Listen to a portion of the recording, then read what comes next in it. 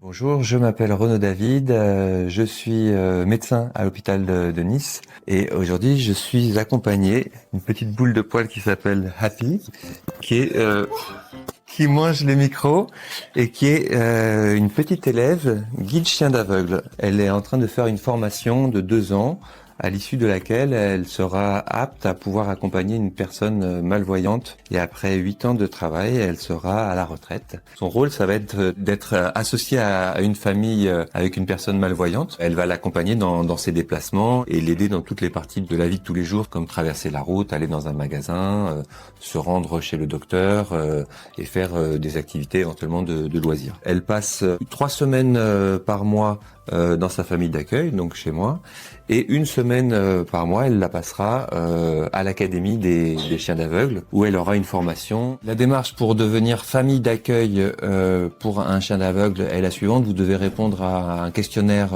en ligne sur le site des chiens d'aveugles. Vous avez des questions de sélection, comme des questions sur votre capacité à pouvoir être présent avec l'animal assez longtemps durant la journée, savoir si on avait la possibilité de proposer un environnement adéquat pour le chien, c'est-à-dire un espace dans lequel il puisse vivre, pas trop confiné, un accès à des jardins, un accès à des lieux qui seront son futur lieu de vie. J'imagine qu'il doit s'assurer qu'effectivement on va pas être maltraitant pour les animaux, ou on va vraiment donner du temps pour aider à cette formation de l'animal. Je suis complètement novice, donc moi je me contente de suivre les consignes qui m'ont été données, et on a une sorte de bible de la formation des chiens d'aveugles sur les choses à faire, à ne pas faire. Et effectivement, il y a des situations très particulières où on doit favoriser certaines actions du chien en le gratifiant de friandises ou de compliments, et puis faire attention à ce que d'autres choses ne soient pas faites de manière régulière, qui sont pas forcément naturelles pour le chien, comme par exemple des comportements de renifler dans la rue ou de s'arrêter quand on a envie. En plus d'avoir le plaisir d'avoir un animal avec soi,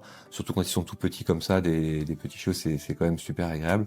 On a aussi le sentiment d'être utile un peu à la société, et ça renforce l'intérêt qu'on a à cette démarche.